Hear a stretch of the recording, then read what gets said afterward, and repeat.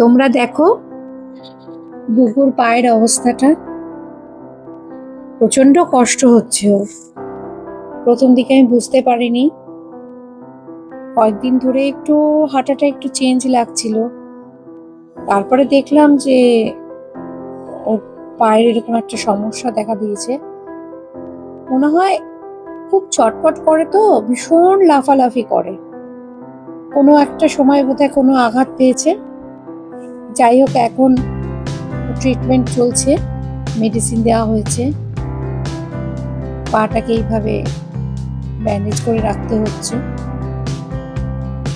তোমরা প্রত্যেকে ওর ওর জন্য একটু প্রে করো, ও যেন খুব তাড়াতাড়ি সুস্থ হয়ে যায়, তারপর আবার কিউট কিউট ভিডিও যেন করতে পারে।